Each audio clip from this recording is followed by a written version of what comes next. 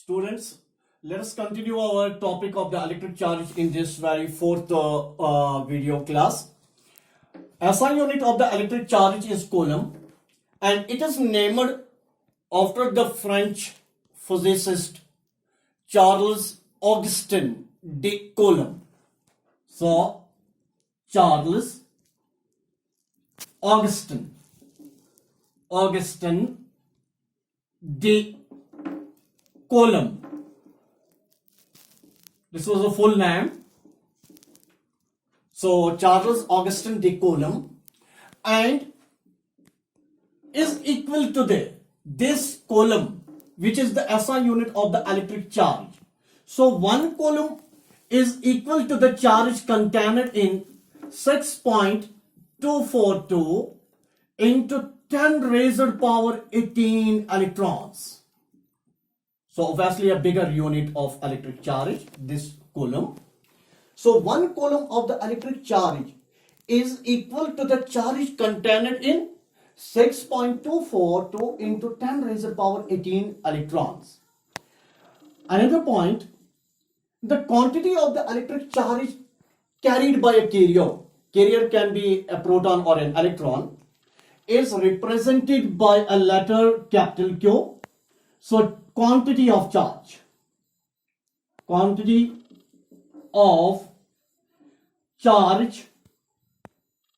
which a carrier possesses, वो carrier कोई भी हो सकता है, electron हो या proton हो, it is represented by the capital letter Q, and the magnitude of the electric charges is measured by a device which is called electrometer.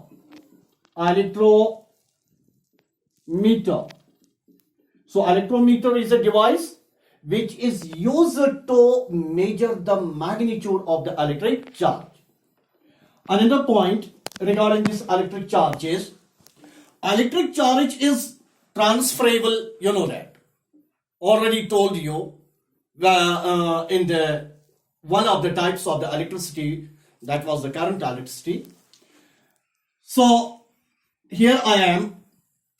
Electric charge is a scalar quantity having the magnitude only but no direction. Scalar quantity. Why is it a scalar quantity?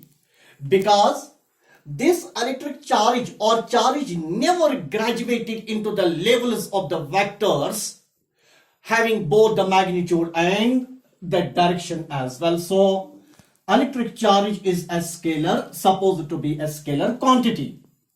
Now in the board exams, ज्यादातर board exams में आपको simple electric charge वाली definition तो आने बहुत ही कम chances है, list chances है. Examiner जो पेपर सेट करते हैं अलग अलग सीरीज होती है, लेकिन कभी कभार कुछ एक मार्क्स कैरी करने वाले या एक मार्क्स वेटेज वाले क्वेश्चन जो है उनमें पूछी जाती है कुछ डेफिनेशंस. वो डेफिनेशन अगर इलेक्ट्रिक चार्ज की या इलेक्ट्रिक पोटेंशियल की या फिर करंट की अगर पूछी जाती है तो वो ज्यादातर पूछी जाती है यूनिट्स के एतबार से.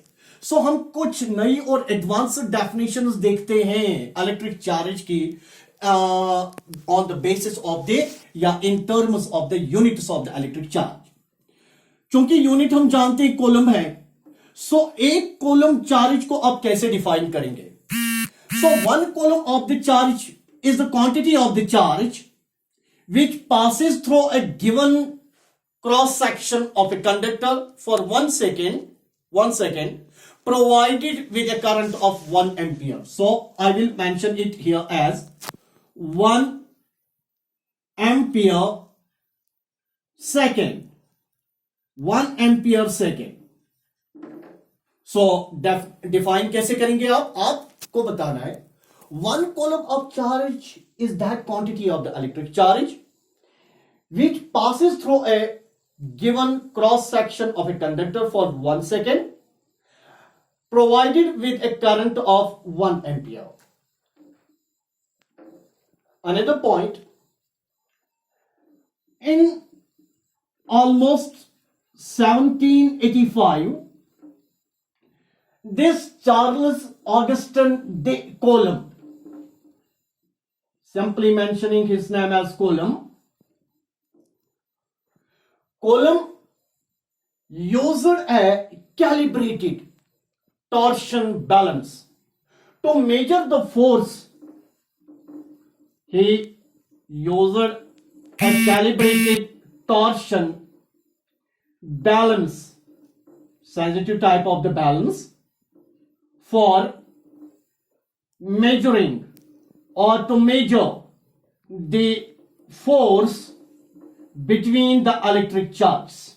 Force between the electric charges. Between the electric charges. So in 1885, Coulomb, full name Charles Austin de Coulomb, he used a calibrated or spatial or sensitive type of the balance named as torsion balance for measuring the force between the electric charges. Because charges जो हैं, जो हमारे पास दो types की charges है, positive है, negative है, उन चार्जेस को मैंने पहले ही बताया, इलेक्ट्रिक चार्जेस को हम डिनोट करते हैं स्मॉल क्यू से, लेकिन उनकी क्वांटिटी को डिनोट किया जाता है कैपिटल क्यू से. सो अगर मैं कहूं कि मेरे पास दो चार्जेस हैं, Q1 एक चार्ज है, Q2 जो है वो एक दूसरी चार्ज है, इन दोनों को जब मैं आपस में एक जगह पे रख देता हूं तो ऑब्वियसली ये चार्जेड पार्टिकल जो है ये एक दूसरे के ऊपर फोर्स एक्सर्ट करेंगे, और उसी फोर्स को मेजर किया टॉर्शन बैलेंस की बदौलत इस कॉलम ने. वो एक किस्म का इलेक्ट्रोमीटर ही है. अगली चीज, चूंकि इलेक्ट्रिक चार्ज की यूनिट्स के एतबार से एक और भी डेफिनेशन है. वो ये, सपोज करें कि मैंने दो चार्जेस यहां पे ले ली, ये वाली दो चार्जेस, और दो चार्जर बॉडीज या दो चार्जेस सिंपली अगर हम उनको एक दूसरे के पास में रख देते हैं, maintaining a particular distance as well, तो क्या होता है कि वहां पर भी हम इस कॉलम को डिफाइन कर सकते हैं. कैसे? वहां पे आप कह सकते हैं one column is the quantity of the electric charge which exerts a force of, one charge will exert a force of 9 into 10 raised to power 9 Newton on the equal amount of the charge placed at a distance of 1 meter from it. 1 meter from it. So दो charges हमने 1 metre की दूरी पे उनको रख दिया, तो एक चार्ज और दूसरी चार्ज Q1 Q2, Q1 भी एक फोर्स डालेगा Q2 पर, और इन टर्न Q2 भी एक फोर्स डालेगा किस पर? Q1 पर. और उस एतबार से एक और डेफिनेशन मिल जाती है हमें कॉलम की, कि column is that quantity of an electric charge which experiences a force of 9 into 10 raised to power 9 Newton on an equal amount of charge placed at a distance of 1 meter from it. So this was about the definitions in terms of the units of the electric charge. Another point, if we say we place two charger or like charger bodies at a place, एक side पे मैंने दो like एक जैसी charger bodies को रखा, और दूसरी तरफ मैंने दो अनलाइक चार्जर बॉडीज को रखा. यहां पे सेम चार्जर वाली दो बॉडीज, यहां पे अनलाइक चार्जर वाली दो बॉडीज. तो क्या होगा? अनलाइक वाली चार्जेस में हम जानते हैं कि अट्रैक्शन होगी, यानी कि सिंपली मैं लिखूंगा अट्रैक्टिव फोर्स, अट्रैक्टिव फोर्स. और यहां पर इनमें obviously repulsive force. But in both cases देखें, फोर्स यहां पे भी एक्सर्ट हो रहा है, फोर्स यहां पे भी एक्सर्ट हो रहा है, दोनों केसेस में फोर्स एक्सर्ट हो रहा है. और वो फोर्स जो ये चार्जड पार्टिकल्स एक दूसरे पर एक्सर्ट कर रहे हैं, उस फोर्स का दारोमदार जो है वो दो चीजों पे है. एक, product of the charges, product of charges. So product of charges, charges का प्रोडक्ट, तो फोर्स. दूसरा, ये फोर्स जो है, रिपल्सिव फोर्स जो है या फिर अट्रैक्टिव फोर्स जो है, इसका दारोमदार है स्क्वायर ऑफ द डिस्टेंस पर भी, स्क्वायर ऑफ डिस्टेंस. लेकिन जितनी आप दो चार्जड पार्टिकल्स या बॉडीज, चाहे वो लाइक हो चाहे वो अनलाइक हो, उनके दरमियान डिस्टेंस बढ़ाते जाएंगे तो ऑब्वियसली आप कहेंगे फोर्स जो है वो कम हो जाएगा। सो इससे फोर्स जो है magnitude of the force decrease हो रहा है, जबकि इससे जो है वो फोर्स जो है वो इंक्रीज होता है प्रोडक्ट ऑफ चार्जेस की वजह से। सो ये था इसके बारे में। अगली चीज, अगर आपसे कोई पूछे, जो मैंने अभी यहां पे लिखा था, एक कॉलम वो चार्ज है जो इतने सारे इलेक्ट्रॉन्स की मिली हुई चार्ज से बनता है, तो ये कैसे आप कैलकुलेट करेंगे? क्वेश्चन है आपके लिए, calculate the number of the electrons that constitute one column of charge. तो आप कैसे करें? तो देखें, सबसे पहले आप कहिए एक इलेक्ट्रॉन के पास कितनी चार्ज है, तो आप बताएं। It is 1.6 into 10 raised power minus 19 coulombs. So इतनी चार्ज एक इलेक्ट्रॉन के पास। अब अगर मैं ऐसे लिखूं 1.6 into 10 raised power minus 19 Columbus वाली चार्ज में कितने इलेक्ट्रॉन्स हैं, तो इसी का अपोजिट मैं कहूंगा एक इलेक्ट्रॉन है। एक इलेक्ट्रॉन के पास इतनी चार्ज, तो इतनी चार्ज कितने इलेक्ट्रॉन्स के पास? एक। तो अब अगर मुझे एक कॉलम में निकालने कितने सारे इलेक्ट्रॉन्स हैं, तो मैं इसे ऐसे लिख दूंगा 1/1.6 into 10 raised power minus 19। 1/1.6 into 10 raised power minus 19। इसको थोड़ा सा सॉर्ट आउट करें तो लिखें 1/, ये 1.6 को डेसिमल से मैं फ्रैक्शन बना दूं 16/10 into 10 raised power minus 19।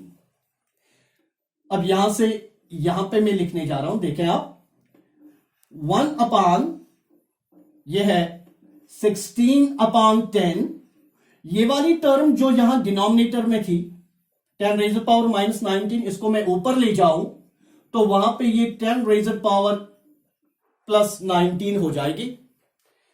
Multiply करिए इनको तो 10 raised power 19 divided by 16 divided by 10।